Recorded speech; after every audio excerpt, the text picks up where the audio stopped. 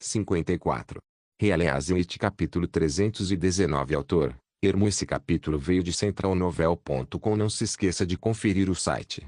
Depois que todas as bruxas da União e Machado de Ferro entraram no escritório, Roland contou a história novamente.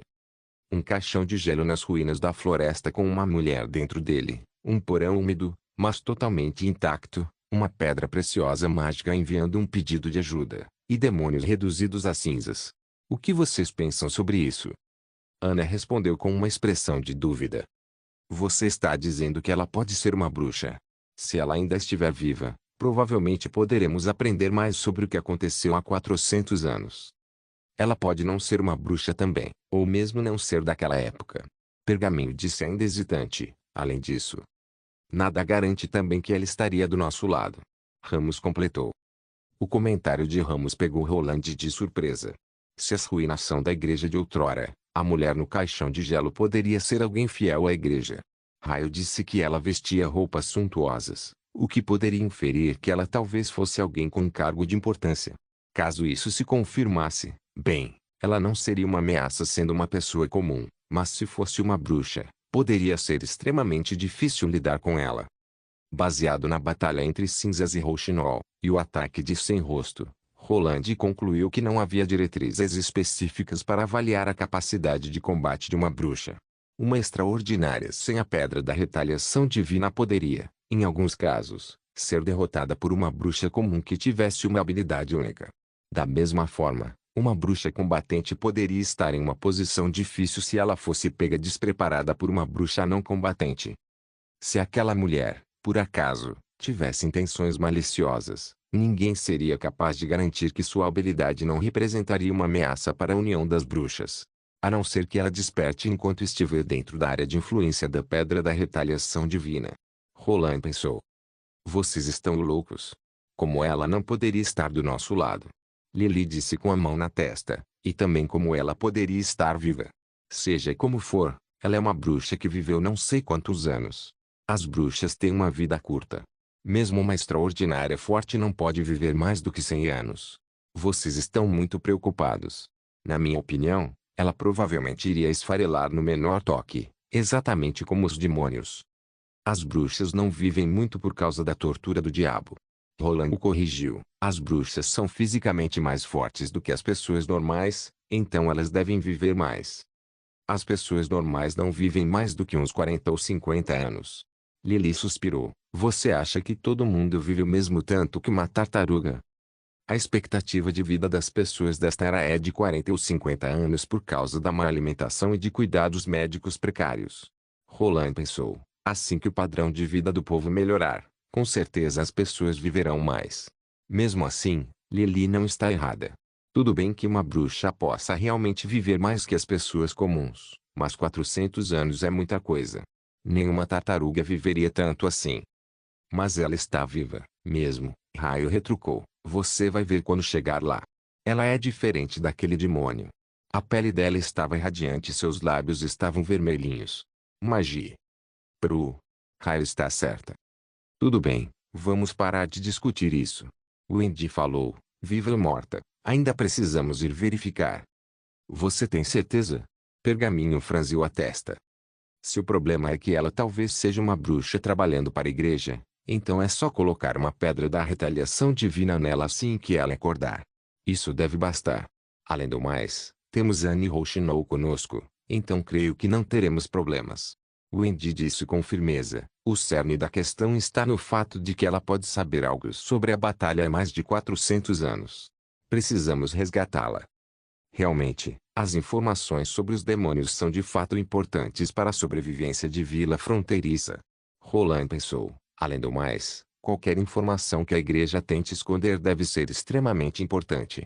Acredito que isso pode até mesmo nos dar uma enorme vantagem na futura batalha que travaremos. Como Anne e Rouxinol concordaram com a opinião de Wendy, Pergaminho não mais se opôs, mesmo estando contra a ideia de explorar as ruínas. Dessa forma, a união das bruxas entrou em um consenso. E o primeiro exército? Roland olhou para Machado de Ferro. Posso despachar 50 soldados no máximo. Machado de Ferro respondeu. Vossa Alteza, o senhor solicitou alguns soldados para auxiliar a prefeitura no recrutamento de refugiados. Atualmente temos 500 soldados na defesa da vila. Mesmo que Timothy tenha provado de ira dos céus, ainda existe uma pequena chance de que ele tome uma atitude em meio ao desespero e ataque agressivamente a região oeste. Embora seja pouco provável, precisamos ter essa ameaça em mente, por isso que devemos manter um bom número de soldados do primeiro exército na defesa de vila fronteiriça. Entendi. Roland sentiu. Uma força militar de 50 soldados é realmente pequena. Roland pensou, se os demônios aparecerem de algum lugar remoto durante a exploração, a equipe poderia ser derrotada facilmente. Para prevenir esse tipo de situação, raio e magia precisam patrulhar o local dos céus. Além disso, Sylvia também precisa estar na equipe para servir de batedora com seu olho da verdade. A combinação perfeita para isso seria um balão de ar quente e uma tropa em terra. As bruxas seriam responsáveis pela proteção a curta distância, e a proteção a longa distância estaria sob responsabilidade do esquadrão de fuzileiros. De qualquer forma, Roland sabia que mais cedo ou mais tarde as bruxas de Ilha Adormecida também iriam saber da existência das ruínas, do caixão de gelo e da mulher de cabelos azuis. Após ponderar por um bom tempo, ele finalmente decidiu que deveria incluir Sylvia no grupo, pois o mais importante era a segurança pessoal de todos. Quando Roland estava prestes a detalhar o plano de resgate, Luna exclamou: "Céus, o que é aquilo?" Todo mundo ficou surpreso ao olhar pela janela. Roland abriu a janela não podendo acreditar no que estava vendo. O céu sombrio tinha sido coberto por flocos brancos que rodopiavam e desciam silenciosamente até o chão. Roland estendeu a mão e, assim que o floquinho pousou em seus dedos, o frio se alastrou por sua pele. Está nevando. Ainda não é a hora. Roland sabia que na região oeste só nevava no inverno, mas eles ainda estavam no outono. É comum nevar no segundo mês de outono. Roland olhou para Machado de Ferro, que também olhou para a neve com uma expressão séria. Machado de Ferro respondeu lentamente: "Desde quando vim para a vila fronteiriça, há uns 7 ou 8 anos, essa é a primeira vez que vejo nevar no outono." Neve significava a chegada dos meses dos demônios. O sol estaria escondido atrás das nuvens densas e escuras. Durante esse período, toda a região oeste estaria sob o ataque das bestas demoníacas. A floresta das brumas estaria infestada desses monstros ferozes. Portanto, seria perigoso demais viajar às ruínas e praticamente impossível viajar com o balão de ar quente. Isso sem falar do primeiro exército, que precisaria viajar em terra firme. Em vista de todas essas dificuldades, Roland não teve escolha a não ser suspender a operação de resgate por enquanto, até que o céu estivesse limpo novamente. Como a temperatura ainda não havia caído muito, Roland realmente achava que essa neve seria apenas temporária e cessaria num piscar de olhos. Para sua decepção, no entanto, a vila foi totalmente tomada pela neve em apenas 3 dias. A floresta e as montanhas distantes estavam cobertas por uma espessa camada branca, como algodão. Definitivamente, essa seria uma vista deslumbrante no mundo moderno. Infelizmente, neste momento, Roland não tinha a menor intenção de apreciar a beleza da paisagem. Embora a neve estivesse caindo em menor quantidade do que o último inverno, ainda havia flocos de neves caindo aqui e ali. O primeiro exército estava atualmente em alerta total e patrulhava a nova muralha da vila diariamente. Foram erguidas tendas no sopé da muralha da vila para que os soldados pudessem se preparar para a próxima guerra em tempo hábil. Como a temperatura diminuía quase diariamente, os soldados haviam mudado de traje, de camisas para jaquetas de inverno. Já no quarto dia, Roland ficou extremamente triste e ansioso ao receber uma notícia. A parte oeste da muralha tinha sido atacada por bestas demoníacas. Isso significava que os meses dos demônios chegaram um mês antes do que o normal. Release capítulo 320 Ilha Adormecida, Fjords. Eu nunca pensei que o primeiro patrono da Dormagia seria você. Tilly riu enquanto servia uma tigela fumegante de sopa de peixe. Obrigado por nos ajudar a encontrar as ruínas nas Ilhas Sombrias. Obrigado. O prazer é meu. Trovão agradeceu e pegou a tigela de sopa. Eu estou disposto a navegar nessas águas misteriosas mais algumas vezes, mesmo que não seja recompensado. Honestamente, sem as bruxas viajando conosco, a área ao leste das Ilhas Sombrias fica muito mais perigosa para qualquer explorador navegar. Trovão tomou um gole da sopa e soprou um bocado de ar quente. Ah! Sopa de sargo rabo preto é uma delícia. Cervejas e chá preto não eram populares nos fiordes. As pessoas nas ilhas estavam acostumadas a um tipo de geleia fria de peixe durante o verão, e quando as temperaturas eram mais baixas, eles tomavam sopa de peixe cozido. Quando cozido, cada peixe tinha um gosto diferente. Tilly só aprendeu esse costume depois de chegar em Ilha Adormecida. É por isso que você foi rápido em patrocinar a Durmagia. Falando francamente, eu estava ansioso para começar minha próxima aventura. Trovão riu com vontade. Da última vez que fui nas ruínas, a cena que vi através daquele telescópio foi impressionante. Ah, como eu queria poder voar e ir ver o que tinha naquelas terras e descobrir por que tinha um portão de pedra no penhasco. Então é por isso, Tilly serviu uma xícara de sopa de peixe para si mesma. Você sabe que eu pretendo visitar Vila Fronteiriça, não é? Bem, eu quero ir lá por dois motivos. Para conversar com o líder da Associação Cooperativa das Bruxas e, ao mesmo tempo, experimentar os meses dos demônios da região oeste. Você não vai conosco? Trovão permaneceu em silêncio por um momento antes de dar um sorriso e respondeu. Acho que não. Ela provavelmente está vivendo bem lá, e está bem do jeito que está. Afinal de contas, um explorador nunca sabe quando um acidente irá acontecer. Eu já perdi a mãe dela e não quero perdê-la também. Quando chegar a hora, espero que você... Eu vou. Tilly assentiu com a cabeça. Ela é uma de nós. Rindo gentilmente, ela continuou, mas lembre-se, negócios são negócios. Embora você tenha nos ajudado muito, o custo de contratar as bruxas será calculado de acordo com o que está estabelecido no livro. É claro. Negócios são sempre negócios. Essa é a tradição dos fiordes. Trovão tomou a sopa restante e riu ainda mais alto. Então, quem lhe contratou? Cinzas entrou no salão, sentou-se de pernas cruzadas ao lado de Tilly e perguntou, após ver Trovão partir. Molly, com seu cervo mágico, Órbita, com sua porta aleatória, e Sombra, com sua marionete. Tilly abriu o acordo. As taxas foram acordadas em 4.800 peças de ouro. Generoso, não é? 4.000. Cinzas ficou boquiaberta. Onde ele conseguiu tanto dinheiro? Não se esqueça que ele é o explorador mais famoso dos fiordes.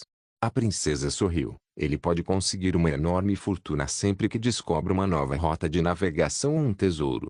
Isso explica por que ele tem dinheiro suficiente para contratar um grande número de pessoas experientes para acompanhá-lo na exploração de regiões misteriosas e perigosas. Seu risco é fortemente reduzido com as bruxas ao redor. Usar dinheiro para compensar o risco tem sido uma transação digna desde tempos antigos. Mas isso é realmente algo bom? Cinzas ainda não estava convencida.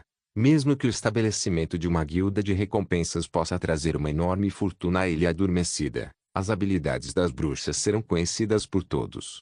Se a igreja souber disso. A Dormagia era o nome da nova guilda criada por Tilly. Os exploradores das Ilhas dos Fiordes poderiam contratar as bruxas com habilidades adequadas da guilda para ajudá-los a completar suas aventuras, o que se tornou a principal atividade da guilda. Naturalmente, havia também outros serviços de conveniência oferecidos, como a reparação de itens danificados, a confecção de várias obras de arte requintadas, a construção rápida de casas, bem como o trabalho com plantas e controle de pragas. Enquanto as habilidades das bruxas não fossem usadas para o mal, a Dormagia poderia oferecer qualquer serviço. No entanto, a desvantagem de tudo isso residia exatamente no fato de que as habilidades das bruxas seriam reveladas. Tilly segurou a mão de Cinzas e disse: Eu já não te disse? Eu não me importo com as peças de ouro. O meu desejo é que as pessoas conheçam mais sobre Ilha Adormecida e estejam dispostas a fazer negócios conosco. Trovão disse algo que eu concordo, de que o medo vem do desconhecido. A mesma coisa se aplica às bruxas. O medo que o povo dos fiordes e dos quatro reinos tem de nós é devido à mentira espalhada pela igreja e à própria ignorância do povo. Eu não tenho meios para forçá-los a nos conhecer ou mesmo a estabelecer negócios conosco.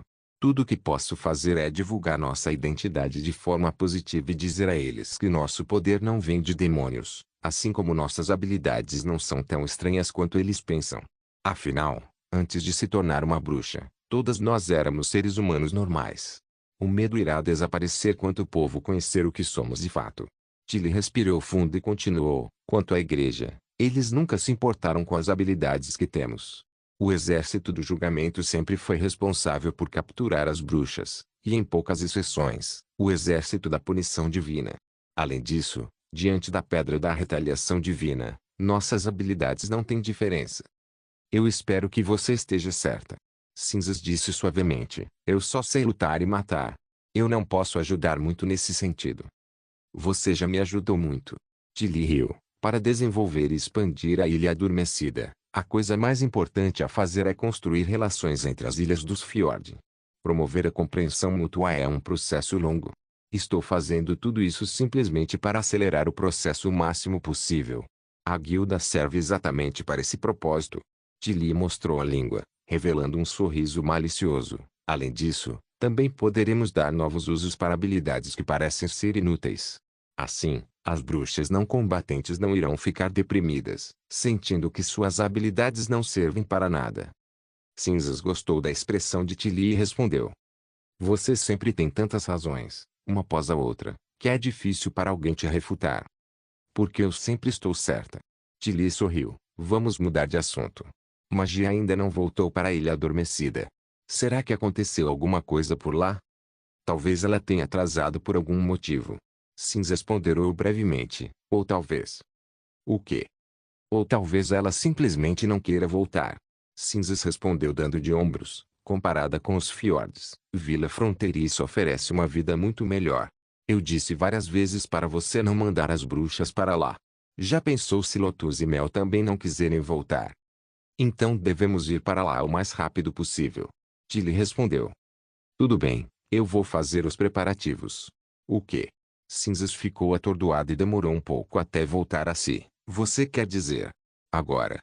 Tilly fez um beicinho e respondeu. Nós já não concordamos que vamos ajudá-los a lutar contra as bestas demoníacas antes de trazermos as outras bruxas de volta.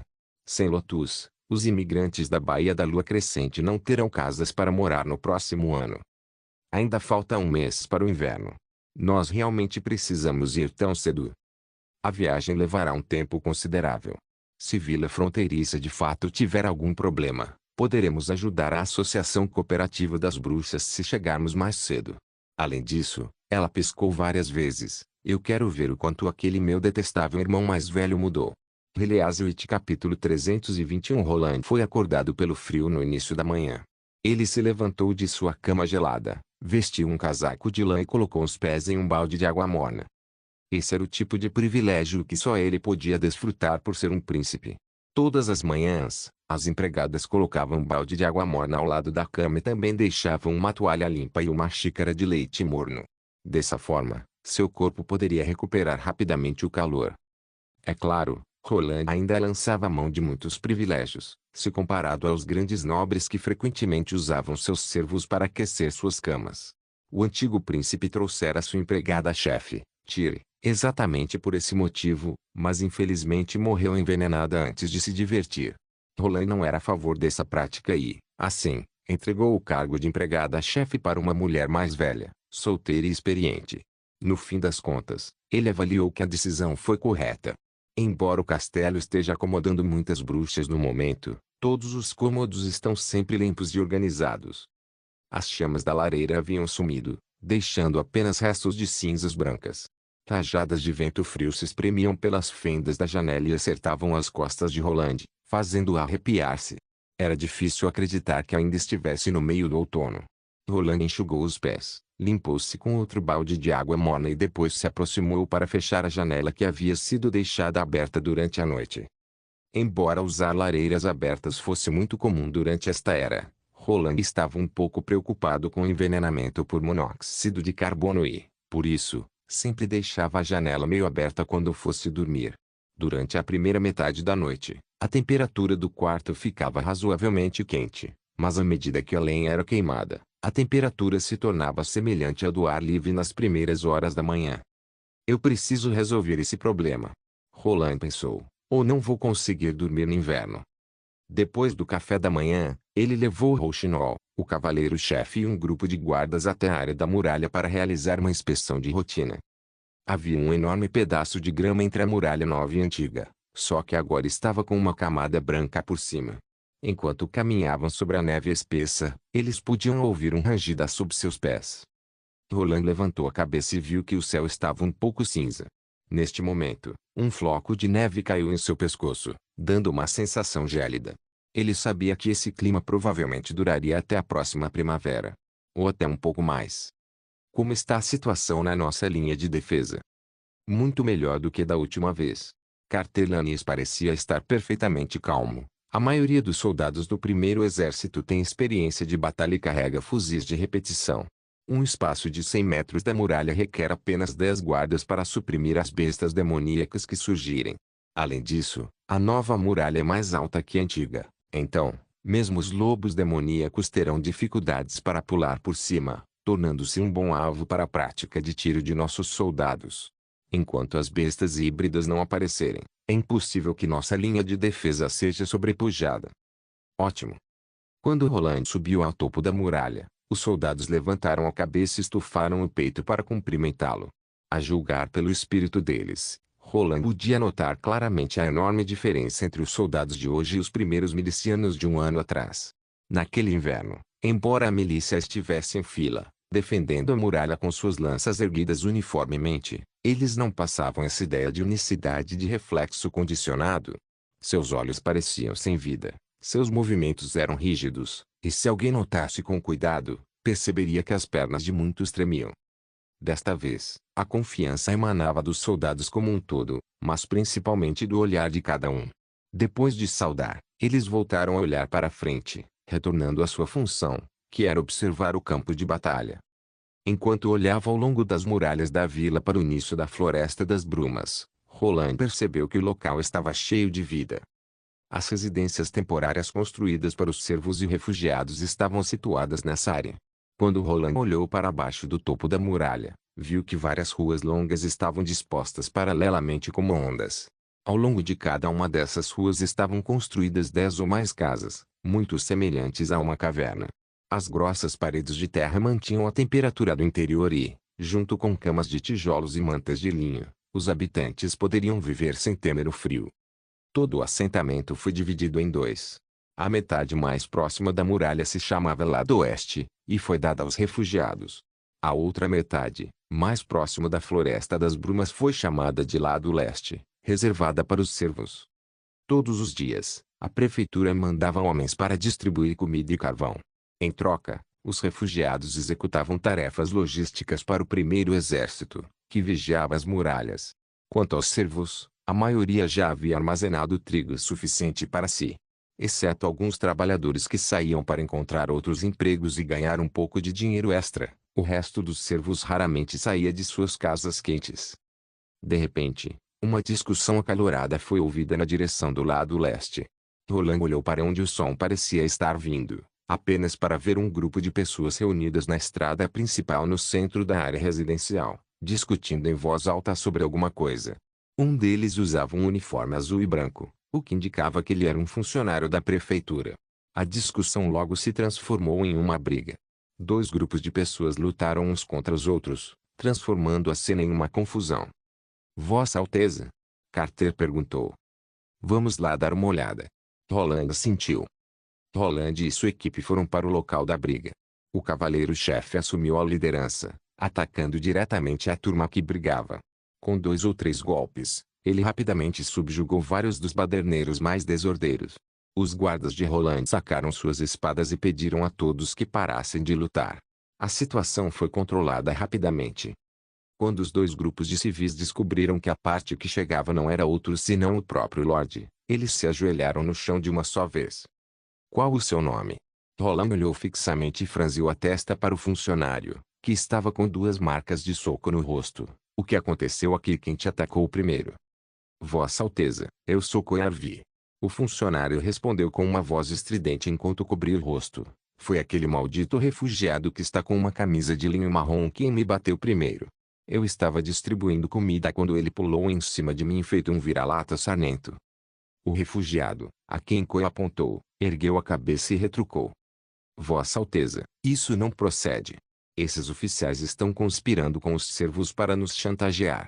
Eles estão nos cobrando por cada porção de mingau, só que, se me lembro corretamente, o senhor prometeu que o mingau seria distribuído de graça.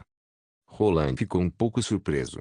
Os refugiados da região leste já haviam sido verificados pela prefeitura, e todos aqueles que eram artesãos, ou possuíam habilidades especiais, ou eram alfabetizados, haviam sido selecionados.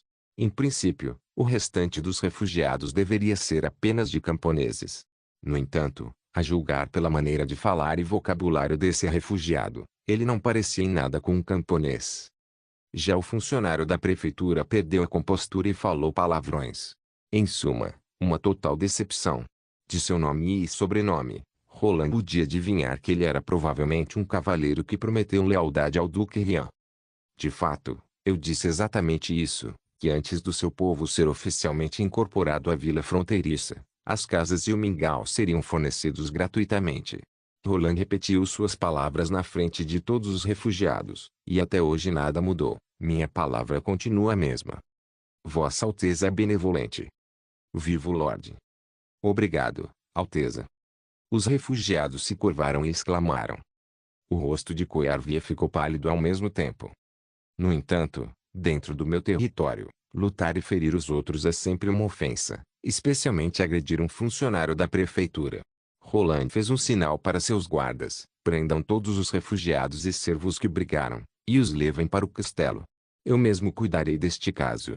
Depois de uma breve pausa, ele olhou com interesse para Koya. Eu também gostaria de saber o porquê de você estar cobrando pelo mingau. Reliazwit capítulo 322. Quando Roland voltou ao salão do castelo, ele sentou-se no assento de honra e olhou para os seus súditos. Perscrutando as memórias do antigo príncipe, Roland notou que ele só havia exercido seu direito de julgar apenas uma vez, e isso ocorreu pouco tempo depois de ele chegar à vila fronteiriça. Depois que ele brigou com os nobres e ficou insatisfeito com a vida que estava levando neste lugar remoto, ele entregou todas as suas responsabilidades e assuntos para Barov e nunca mais se interessou por isso. Quando todos os envolvidos estavam presentes, Roland iniciou o julgamento. Cada parte foi autorizada a declarar suas razões antes de Roland interrogá-los. Com a assistência secreta de Rouxinol, seu dever como juiz tornou-se muito mais fácil, afinal, ele não precisaria descobrir quem estava mentindo, nem precisava ter uma postura austera como se fosse o próprio anjo da morte. No fim, a história ficou bastante clara e concisa. Depois de ser despojado de seu status como cavaleiro, Coiarvie começou a ter um crescente descontentamento com sua situação, ao mesmo tempo que se cansou do trabalho tedioso e burocrático com os papéis na prefeitura. Ele decidiu então descontar sua raiva nos refugiados. Ao distribuir mingau para eles, Koya deliberadamente cobrava um preço. Ele mentia aos refugiados dizendo que os servos não haviam entregue todos os grãos, logo, como o estoque de trigo era insuficiente, a prefeitura precisava cobrar pelo mingau. Na verdade, Koya estava cobrando pelo mingau há muitos dias. Como ele estava sempre usando o uniforme inconfundível da prefeitura, e os refugiados estavam preocupados com a represália dos funcionários, a maioria deles preferiu permanecer em silêncio. Isso deixou Koya ainda mais ousado. Somente hoje, quando um refugiado com o nome de Vader se apresentou para protestar contra as medidas de Koya e provocou uma comoção, é que o assunto foi trazido à luz. Depois que Roland entendeu as circunstâncias, ele suspirou aliviado. Durante a fase de desenvolvimento de uma organização, ela normalmente estaria cheia de vigor e vitalidade. Após estabilizar, a corrupção e a intransigência se tornariam inevitáveis.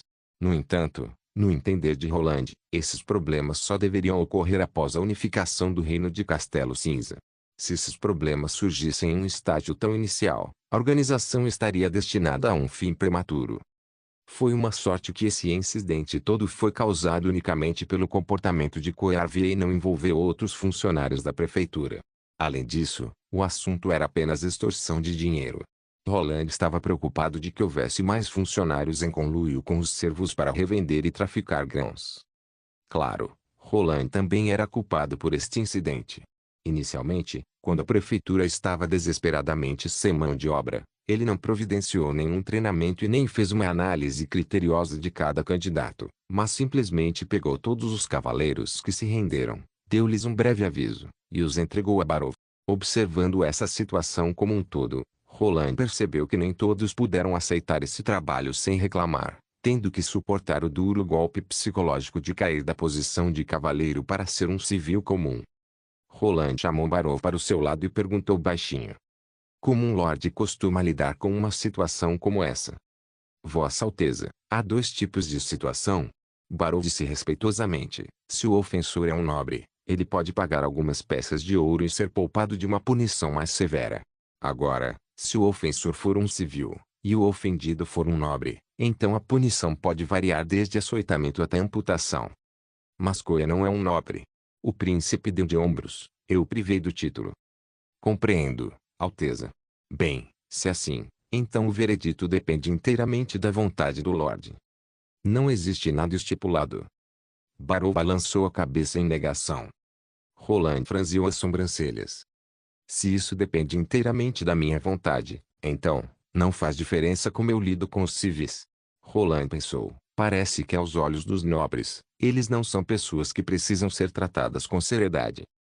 Além de cortar seus membros, chicotear, arrancar suas unhas e punições semelhantes, há algo mais normal, como prisão.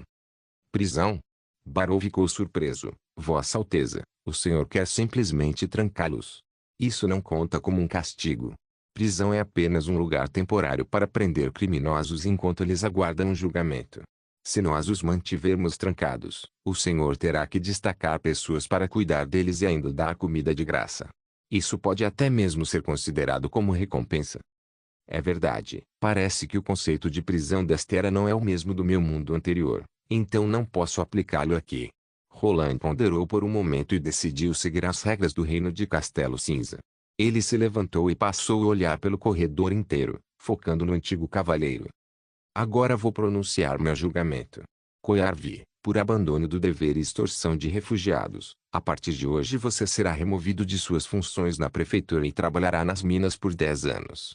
Você também pagará uma multa equivalente a 3 vezes o montante que ganhou com a chantagem e extorsão. Roland olhou então para Vader e os demais refugiados e continuou. Vader, por instigar o ataque a um funcionário da prefeitura, você receberá 10 chicotadas. Quanto aos demais refugiados e servos que participaram da briga, cada um de vocês pagará uma multa de 2 peças de prata ou 5 chicotadas. O mingau continuará a ser distribuído gratuitamente. O dinheiro da extorsão será devolvido integralmente a cada um. Roland olhou para Barrow e continuou, você estará encarregado de executar as decisões estabelecidas. O resultado do julgamento deve ser declarado em voz alta para todas as pessoas que vivem na área residencial provisória. Sim, Vossa Alteza. Barrow respondeu enquanto fazia uma reverência. Quando Roland voltou ao seu escritório, ele recostou-se em sua cadeira e esticou o corpo. Ele prontamente sentiu um par de mãos começarem a massagear seus ombros gentilmente. Ele fechou os olhos para aproveitar esse momento de relaxamento. A partir desse incidente, Roland percebeu que à medida que a população de Vila Fronteiriça aumentava e, consequentemente, a autoridade da prefeitura também, talvez fosse a hora de começar a discorrer sobre a regulamentação interna do governo. No entanto, ele não queria estabelecer uma organização semelhante a uma procuradoria, ou mais ainda, ter uma unidade de segurança pública independente. A procuradoria exigiria um grande número de pessoas com educação básica e estaria propensa a causar conflitos mútuos e pressão devido a interesses individuais, impedindo a implementação e expansão de novas políticas.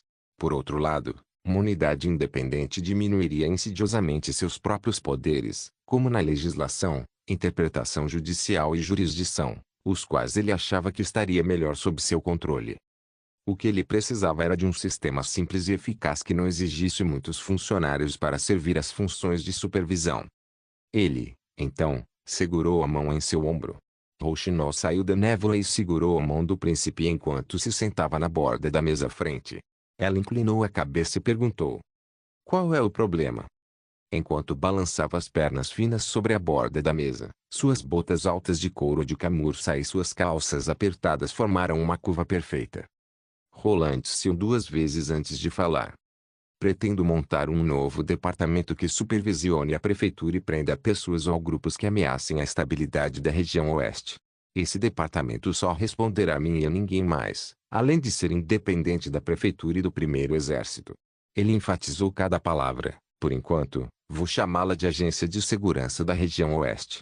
Espero que você possa estar à frente dessa agência. Eu? Rouxinol piscou os olhos, surpresa. Sim, pois somente você pode distinguir facilmente entre a verdade e a mentira. Nenhuma fraude escapará de você. Roland sentiu em aprovação. O que me diz? Se você aceitar, eu posso até mesmo oferecer um chá da tarde cheio de sorvete só para você. Rouxinol gentilmente beliscou a mão dele.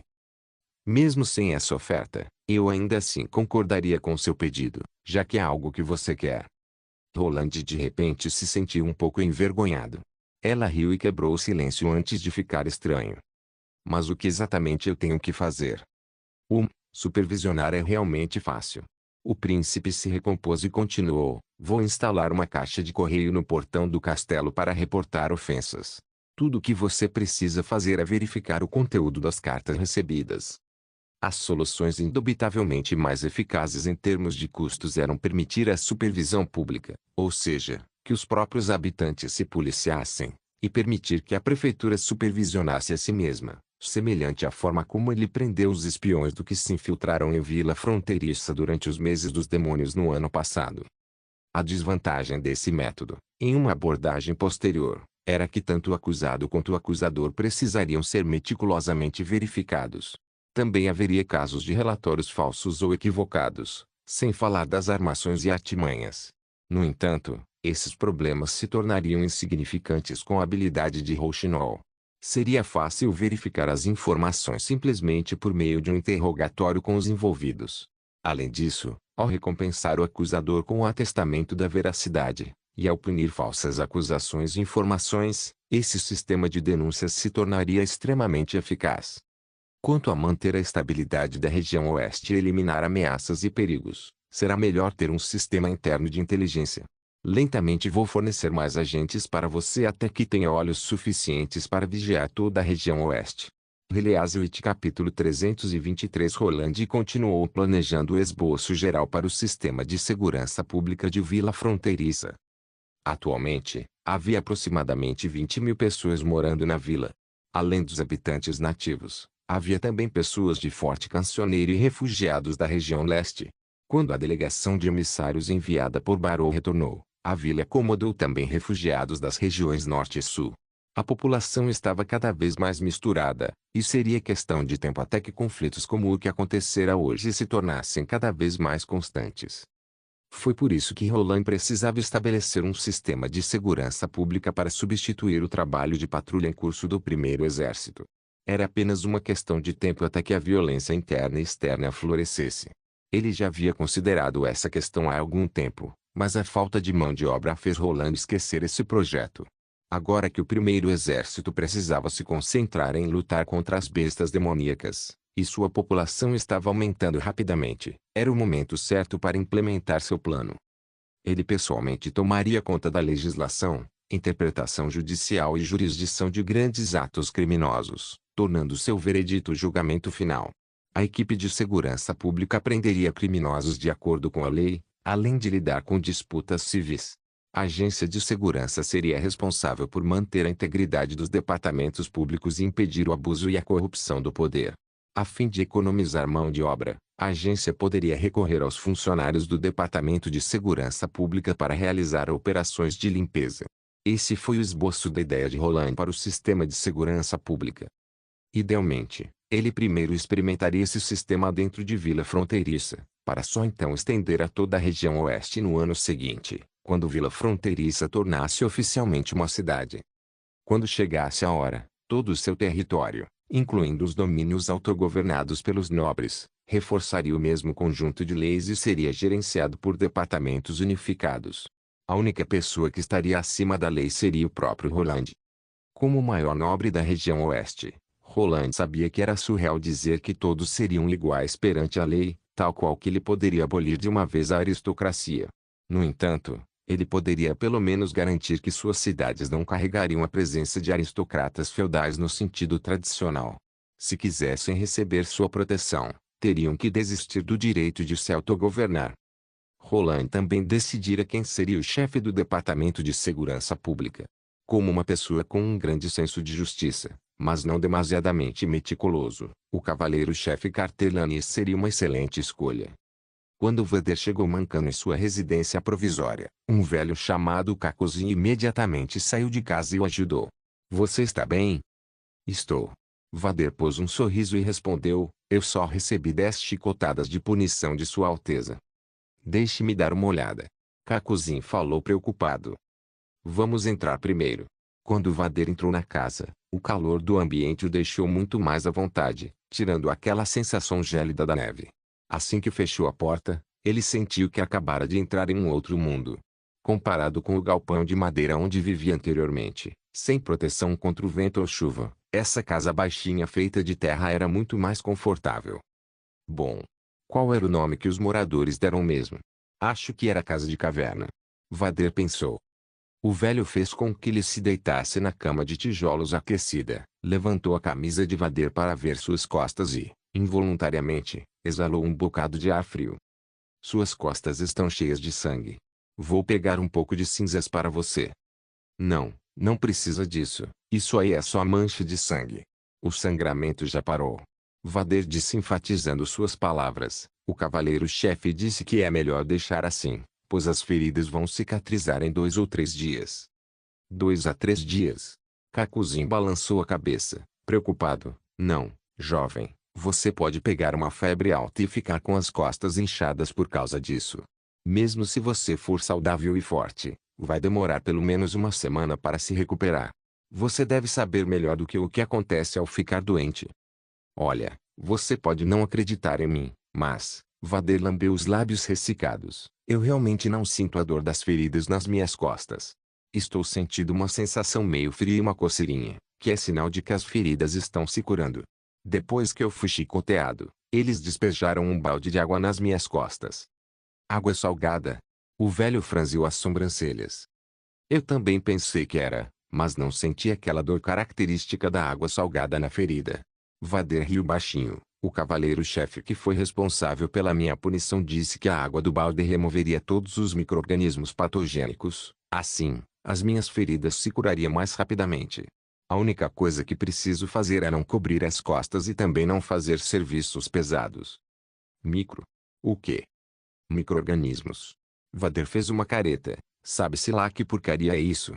Deve ser algo relacionado com as bruxas. O velho baixou a cabeça e, só depois de um longo tempo, disse com uma voz séria. Você não deveria ter agido por minha causa. Se ao menos você se controlasse um pouco. Não, se eu não tivesse feito nada, nós seríamos tratados ainda pior. Eu entendo bem o jeito de agir daquele miserável. Aliás, não só dele, mas de todos os nobres, pois são sempre mais ou menos a mesma pilha de bosta. Vader cuspiu no chão. Eu ouvi que neva durante muito tempo aqui e nenhum de nós tem dinheiro suficiente para viver até que termine.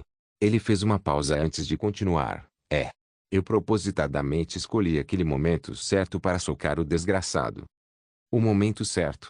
Kakuzin ficou chocado. Todos os dias, mais ou menos naquela mesma hora, Sua Alteza aparecia na parte oeste das muralhas. Ele havia prometido que a comida seria distribuída gratuitamente e certamente iria abominar comportamentos que manchassem sua reputação. Então, esse seria o momento mais propício. Se fosse apenas uma simples briga, Sua Alteza talvez nem tivesse se dado ao trabalho de verificar. Além disso, Koyarvia poderia ter sido instigado por outras pessoas a cobrar o mingau dos refugiados. Se os funcionários da prefeitura quisessem pôr panos quentes nessa notícia, poderíamos falar a verdade, mas não teria efeito algum. Mas e se ele tivesse sido instigado pelo próprio Lorde? A probabilidade de isso acontecer era muito baixa. Se Sua Alteza quisesse economizar, ele poderia simplesmente reduzir as nossas refeições de 3 para 2 vezes ao dia.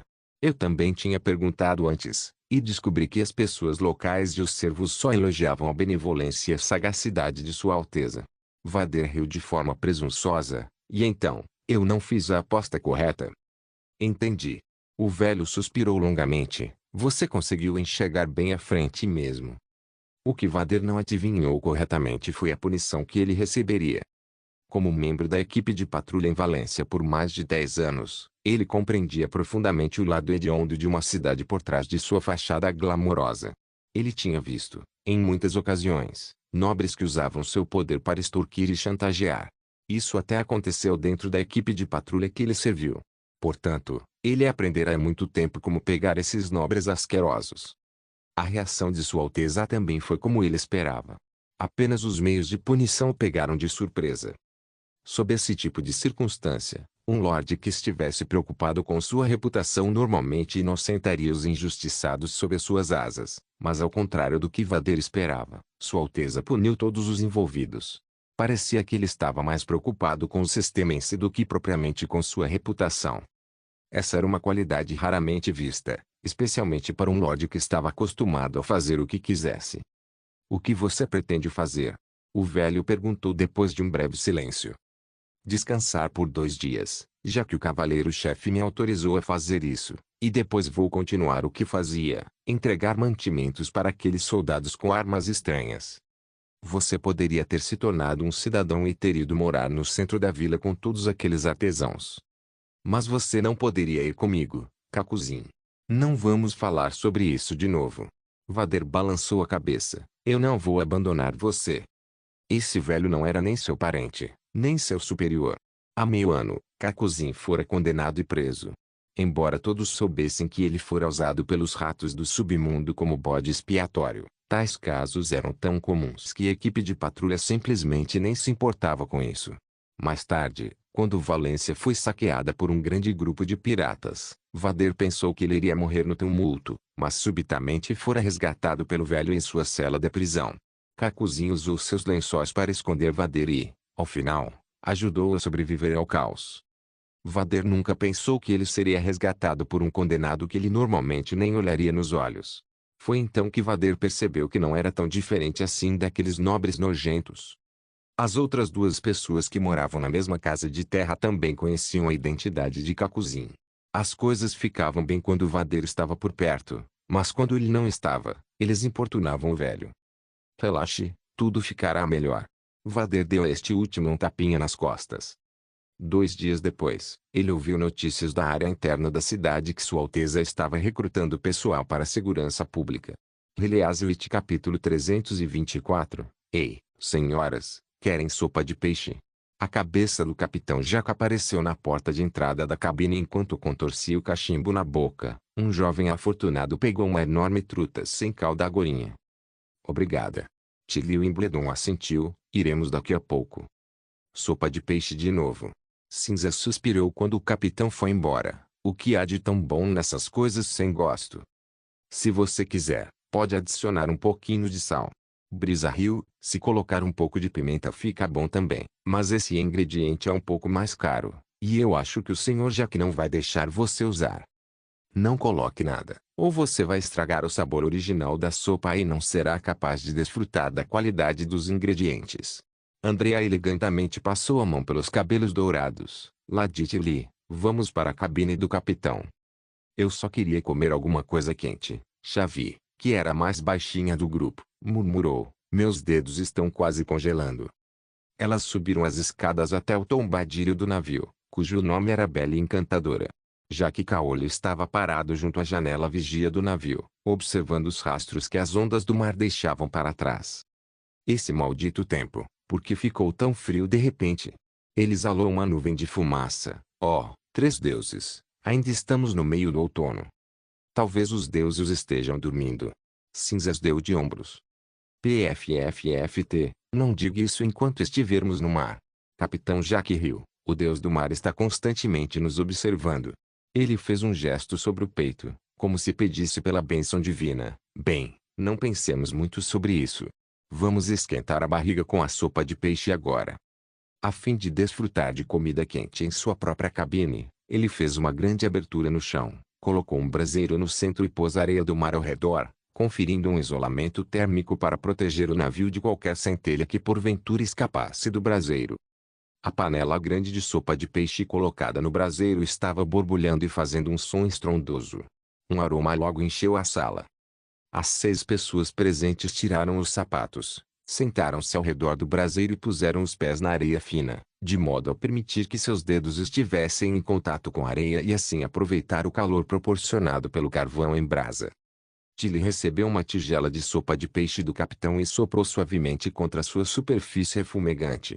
Ao contrário do caldo branco leitoso feito do sargo-rabo preto, essa sopa possuía uma cor amarelo escuro e uma camada de óleo brilhante visível em sua superfície. Quando ela viu pedacinhos verdes e brancos flutuando na sopa, ela soube que o velho capitão havia colocado alguns ingredientes preciosos. Como o navio estava frequentemente no mar por meses a fio, a tripulação raramente podia comer verduras e frutas frescas. O capitão aparentemente usou salitre para preservar a frescura e a maciez das cebolinhas, cujo sabor neutralizava o cheiro dos peixes e, ao ser misturada com gengibre picado e um pouco de cerveja, deixava um sabor rico e suave.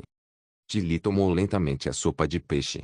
Toda vez que ela sentia que ia queimar sua língua, ela fazia uma pausa, respirava algumas vezes e soprava a sopa.